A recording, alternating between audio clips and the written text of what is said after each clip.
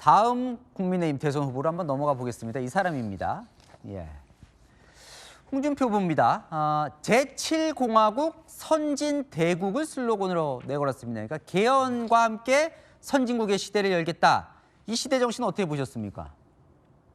네. 뭐 그 홍준표 제가 마지막 도전이라고 많이 얘기도 얘기했죠. 했고 대구청도 그만두고 올라온 분이니까 배수진 치신 거고 대통령 선거 지난번에 그때는 뭐 가능성도 없는데 뭐 예. 당 살리려고 나갔고 사실은 이제 3년 전에 기회가 있어야 했는데 외부에서 들어온 윤석열 그 후보한테 아깝게 지지 않았습니까? 그렇죠. 그러니까 이번에 기회였을 텐데 비상계엄이 없었다면 상당히 강력한 저는 그 후보로 준비를 하고 있었을 거라고 좀 봅니다. 그런데 예. 이제 갑자기 이제 비상계엄이라고 예기치 못한 그 날벼락이죠. 날벼락을 맞아갖고 지금 준비가 지금 안 된 채로 지금 몸이 안 풀렸는데 지금 올라온 거 아닙니까? 뛰어난 점은 역시 그 정치 경험이 뭐 풍부하고요. 예. 그다음에 뭐 비상계엄과 탄핵에 대해서 이렇게 저렇게 얘기를 하지만 예. 약간 미워할 수 없는 캐릭터가 있지 않습니까? 예, 있죠. 그런 예. 게 있고 그래서 아주 선거에 그 뛰어난 개인기가 있어서 예. 저는 시간이 가면 갈수록 좀 그 경선 과정에서 좀 부각이 될 거다. 예. 지난번에도 보면 윤석열 후보의 압도적 대세론인 줄 알았더니 예. 상당히 그때 그 민심에서는 이겼거든요. 예. 당심에서 져서 졌기 때문에 그런 거고 선명하죠. 예. 이번에는 어쨌든 파면으로 윤 대통령에 대한 책임을 물었으니까 이제 이재명 대표 책임 반드시 물어야 된다. 예. 또 그리고 그런 강단 있는 것으로는 뭐 김문수 후보와 더불어서 홍준표 후보가 네. 굉장히 그 강단 있는 보수가 그 기대하는 분이니까 그런 점 강점이라고 좀 봅니다. 그러면 진짜 다양한 경험을 다 하신 분이긴 해요, 그죠? 안 한 게 없으실 정도. 안 한 게 없을 뿐이에요. 예, 대통령 총리라. 그런데 어쨌든 말씀하신 대로 이제 그 경험 또 그다음에 그 경험에서 이제 뒷받침되는 친화력. 예. 뭐 이것은 이제 타의 추종을 불허한다고 할 수가 있을 것 같고요. 그리고 이제 국민들 저도 이제 준비해왔던 답변이었는데 밉지 않은 어떤 예. 모습이잖아요. 지금 이제 보게 되면 지금 뭐 이 윤석열 대통령의 탄핵과 관련해서 이제 입장이 사실은 약간 불분명했잖아요. 그런데 그것에 대한 비난이라든가 이런 것들이 사실 많지가 않아요. 그리고 실제로 선거 캠페인이 좀 진행이 되잖아요. 그러면은 제가 봤을 때 뭐 반탄파, 찬탄파 이제 보수층이 지금 두 갈래 나눠져 있는 상황인데 양쪽으로부터 다 지지를 어느 정도 받을 수 있는 유일하게 양쪽에 걸쳐서 지지를 받을 수 있는 이제 인물의 특성을 제가 가지고 있는 것으로 보여져요. 그래서 시간이 가면 갈수록 어떤 분들은 이제 김문수 장관이 뜨면서 죽은 카드다라고 하는 시각이 있었지만 제가 봤을 때 이제 죽지 않고 상당히 경선 기간에 네. 경쟁력을 좀 보일 것 같은 뭐 그런 이제 예상을 해볼 수 있을 것 같습니다. 공약을 봤더니 사형제 실시, 그다음에 수시 폐지, 사법고시 부활.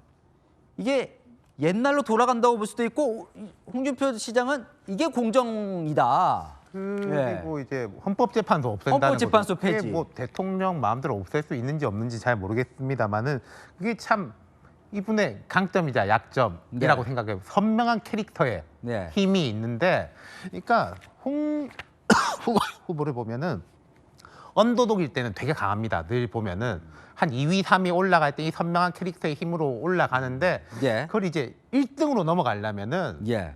뭐 말하자면은 절대평가, 상대평가도 있는데 한 반 이상의 지지를 받아야 되는 거지 않습니까? 예. 그 고개를 늘 넘지 못했던 부분이 있는 거거든요. 예. 그리고 이 선명한 캐릭터의 힘으로 자신감을 갖고 계십니다만은 최근에 홍 시장이 본인은 이제 서울에서 사실 시작했죠. 송파, 동대문, 특히 강북, 험지, 동대문을 시작했는데 근 한 10년간은 대구, 경남 예. 쪽에서 선거를 오래 그렇죠. 하셨거든요. 이런 경선 같은 데는 나왔지만은 저는 이제 과거보다 이런 좀 중앙적 느낌보다는 영남적 느낌이 강해져 있다. 아. 이것은 국민의힘 내에서 경선에서 강점이기도 하지만은 예. 좀 본선 경쟁력 부분에서는 또 약점일 수도 있는 그 양면이 있는 것 같아요. 근데 그 홍준표 후보의 강점이 그 국민의힘 후보들이 잘 못하는 건데 20, 30대 지지를 많이 받고 있어요.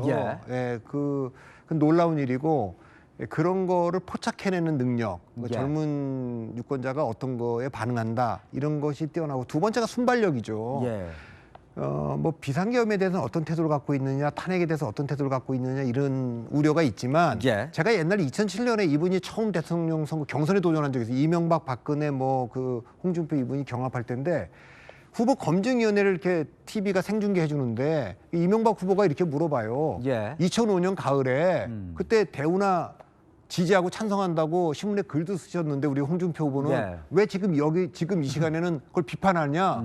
그 당혹스러울 수 있는 질문인데 뭐라고 얘기하냐면 뭐라고 2005년 했습니까? 가을에는 제가 그때 서울시장이 이명박 시장일 때인데 그 시장이 이게 잘 보여갖고 서울시장 한번 해보려고 썼던 거고요. 그렇게 하니까 다 웃고 말았어요. 그러니까 그것이 인간적으로 미워할 수 없는 캐릭터라는 거. 그러니까 정책 반대적에 있는 그 유시민 그 이사장하고도 아주 그 잘하지 않습니까? 네. 토론을. 그러니까 그런 점들이 이런 단기전에서 사람 마음을 가져오는데 조금 매력적인 부분이 좀 있어서 그러니까요. 여전히 전 홍준표 후보가 김문수 후보가 등장하면서 눌렸다고는 하지만 경선이 시작되면 이분이 경선 경험이 대통령 후보로서도 TV 토론도 했고 경선도 여러 번 나왔던 분이기 때문에 그게 또 강점을 발휘했습니다. 어제 제가 이 자리에서 인터뷰를 했었는데 그때 맞습니다. 꼰대 이미지를 어떻게 불식시키려고 그랬더니 나 꼰대 맞는데 뭘 이미지를 불식하냐. 나이 70에 내가 꼰대가 아닐 수 있겠냐 이렇게 받아치시더라고요. 예.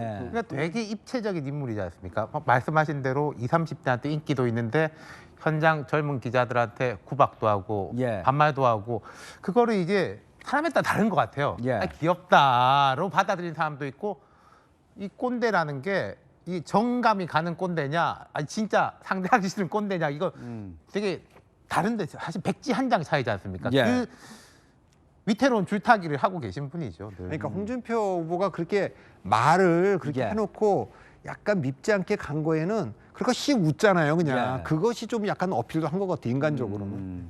이게 이제 뭐 아까 박 대표님이 이제 이번 리더를 뽑는 데 있어서 이제 정치를 복원하는 거 거기에 가장 이제 적임자가 이제 홍준표 전 시장이라고 할 수가 있을 것 같아요. 그래서 네. 야당과도 타협하고 협치하고 대화하고 예. 물론 이제 지금 같은 경우 보면은 지지자들도 상대 쪽 진영에 있는 사람들을 적이라고 규정을 하기 때문에 상대 쪽과 대화하고 타협하면은 적과 내통한 걸로 하고 비판을 이제 받긴 하는 문화가 되긴 했습니다만은 그럼에도 불구하고 이런 이제 홍준표 후보 같은 경우는 이제 야당과 대화 협치를 하게 되면 어쨌든 이전에 좀 잃어버렸던 정치의 좋은 점을 복원하는 그런 장점은 이제 있을 거라고 보이고 이분의 또 장점은 모든 것 경험이 많기 때문에 모든 것을 기본 이상으로 할 거라고 하는 이제 믿음을 주는 측면이 있어 보이는 측면이 있어요. 예. 근데 이제 또 강점이 이제 소통이라고 많이 얘기하는데 또 소통은 제가 보니까 여러 가지 이제 그 정치인들의 가치가 있는데 소통은 도구적 가치인 측면이 있더라고요. 예. 소통을 아주 잘하는 것이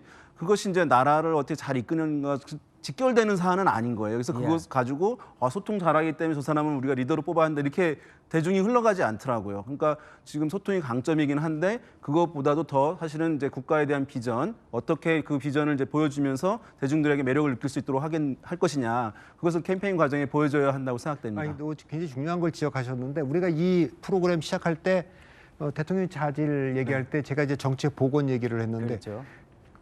지금 나와 있는 후보군들 중에서 정치가 우리가 그리워하는 게 90년대 삼김 시대. 예. 삼김 시대의 정치를 떠오르게 하는 유일한 인물이죠, 지금. 뭐 김문수 장관도 그때부터 했지만 좀 잘 안 맞고 그런 면하고는. 근데 홍준표 시장은 그런 이미지에 잘 맞죠. 옛날식 정치를 복원하고 뭐 하여튼 야당하고도 대화하고 이러는. 우려되는 대목은 없습니까? 홍준표 대통령 했을 때. 그러니까 지금 이야기한 이런 강점들이 저는 뒤집으면 완전히 약점이라고 생각해요. 예. 이게 지금 2025년에 여기하고도 지금 맞느냐? 그리고 젊은이들한테 인기가 있지만은 이거는 뭔가 이제 폭넓은 대중적인 인기라기보다는 조금 매니악한 그리고 뭐 밈으로 떠오른 이런 거 아니냐라는 거. 그리고 뭐 AI 뭐 이런 말씀하시고 선진대국. 선진대국이란 말 참 좋은데 네. 슬로건적으로 보면 되게 약간 90년대 우리가 많이 쓰던 이런 이야기라고도 할까요? 그런 부분을 뚫고 갈 수 있느냐가 관건일 것 같아요. 네.